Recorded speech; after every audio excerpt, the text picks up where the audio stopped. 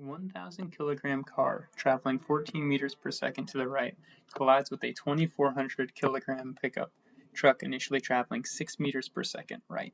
The collision lasts 0.9 seconds, during which the average impact force is 7,390 newtons. Alright, so in this problem, we have a car traveling to the right, it collides with a truck, and then afterwards we've got to figure out what happened. So I want to start by underneath each vehicle, so underneath each one, I'm going to write PMV.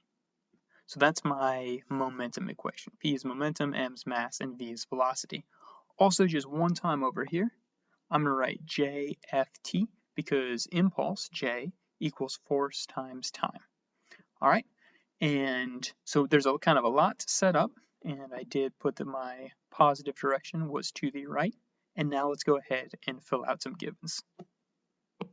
All right, so a 1,000 kilogram car. So that 1,000 kilograms, that is the mass of the car. That's going to actually go in two places because that'll be the mass of the car before and after the collision. The car was traveling 14 meters per second to the right before the collision. So 14 meters per second. The pickup truck is 2,400 kilograms.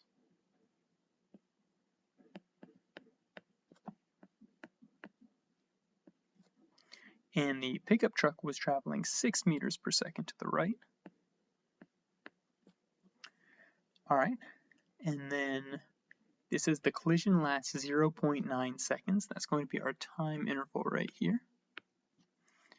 And the average impact force is 7,390 newtons.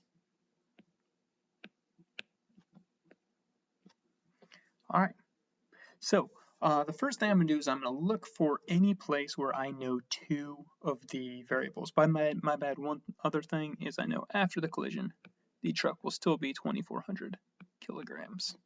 All right, so again, I'm going to look for any place where I know two parts. So right here, I can go ahead and calculate that the impulse is going to be using J equals F times T, 0.9 times 7,390, and I get 6651. The units will be newtons times seconds, which is actually equivalent to kilograms times meters per second. So all of these units here for impulse and momentum, these are all going to be kilogram meters per second, which again is equivalent to newtons times seconds. All right, I'm going to put 6651 in as my impulse. All right, then next spot, I can move over under the car.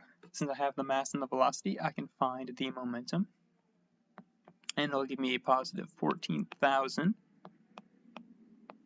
kilogram meters per second.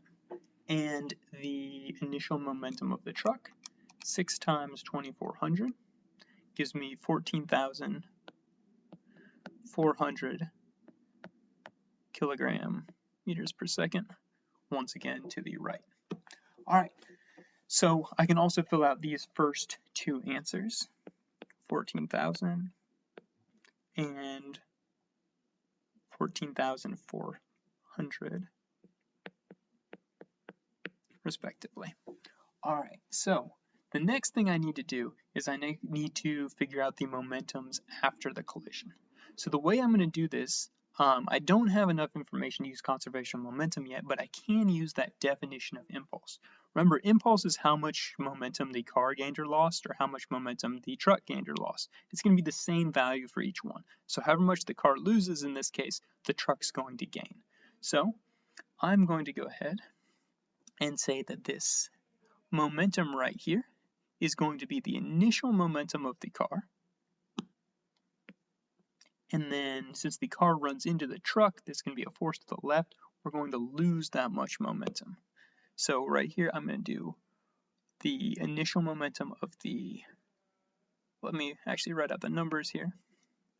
So I'm going to do 14,000, and then I'm going to subtract 6651. So 14,000 minus 6651, and that gives me 7,349 meters per second. Note that I did get a positive answer, so positive 7,349. 0.49 kilogram meters per second. For the truck, now the truck, this was a rear end collision for the truck, so the force was to the right. So the truck is going to gain momentum. So 14,000 plus 66.51. And that should give me, my bad, 14,400 plus 66.51 gives me 21,051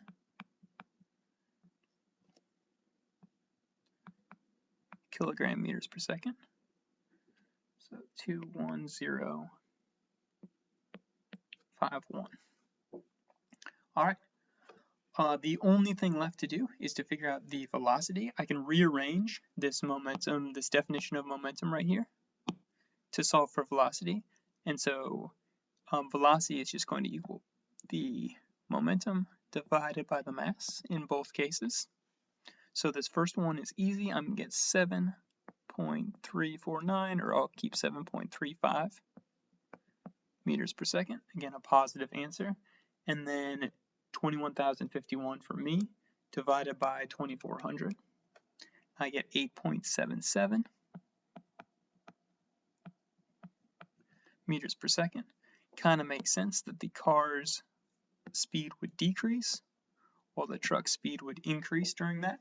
I could double check this answer by making sure that these first two momentums before the collision, by conservation of momentum, must add up to the same thing as the two after the collision. But let's just go ahead and answer those final two questions. What was the car's final speed and direction? The car's final speed was 7.35. So that was the velocity right there. Since I had a positive velocity and positive momentum, that means the car did continue to the right. If you got a negative answer, that indicates that the car bounced back to the left. And then for the truck, we're going to use the velocity was 8.77, again positive, and by common sense, the truck will increase its speed to the right.